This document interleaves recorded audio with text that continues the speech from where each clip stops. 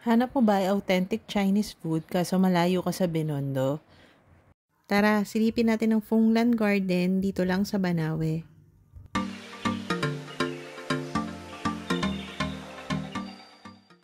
So ito nga ang Funglan Garden located dito sa Banawe Street, corner Cuenco Street. Pagpasok mo pa lang ay mararamdaman mo na para kang nasa isang Chinese restaurant sa Binondo. Malinis at simple lang yung kanilang interior. At di rin masyadong kalakihan yung restaurant. Sa menu nila ay marami kang pwedeng pagpilian and yung mga short orders nila is pwede for 2 to 3 persons and nagre-range from 200 to 300 plus. And yung kanilang rice toppings is nagre-range from 100 to 200 pesos.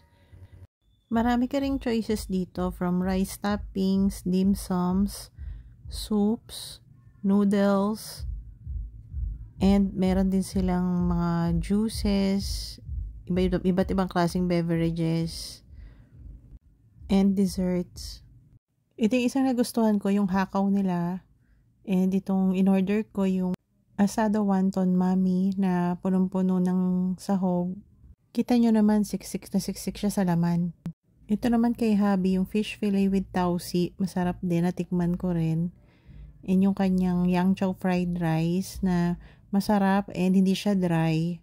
But favorite ko talaga tong hakaw, mataba ang hipon and maganda texture ng wrapper niya. Syempre need gumawa ng konting sausawan, kalamansi, chili sauce, and konting soy sauce. Actually, masarap lahat tong in-order namin. And hindi nga ako makapaniwala na dito to sa Banawe kasi para kaming nasa Binondo. So tara guys, kain tayo. Cheers!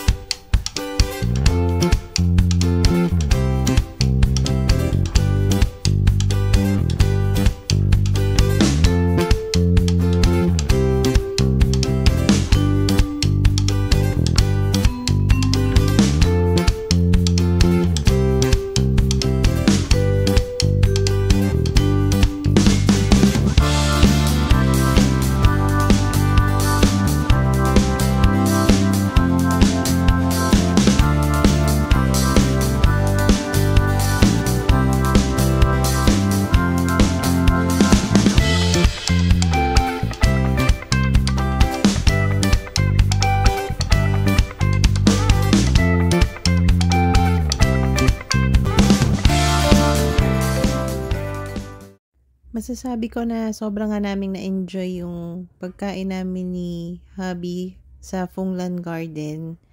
And masarap lahat ng foods nila. And price point, sakto lang din yung price nila.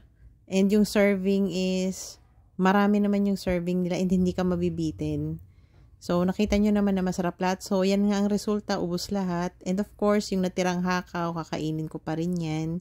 So, yan nga yung naging bill namin. Nasa 560. So, not bad. Marami din naman yung servings nila. And talagang nabusog kami ng sobra. If I will rate Funglan Garden, it's 8.5 out of 10. So, I hope na-enjoy nyo guys tong food review ko. And samahan nyo ako ulit till our next vlog. Bye!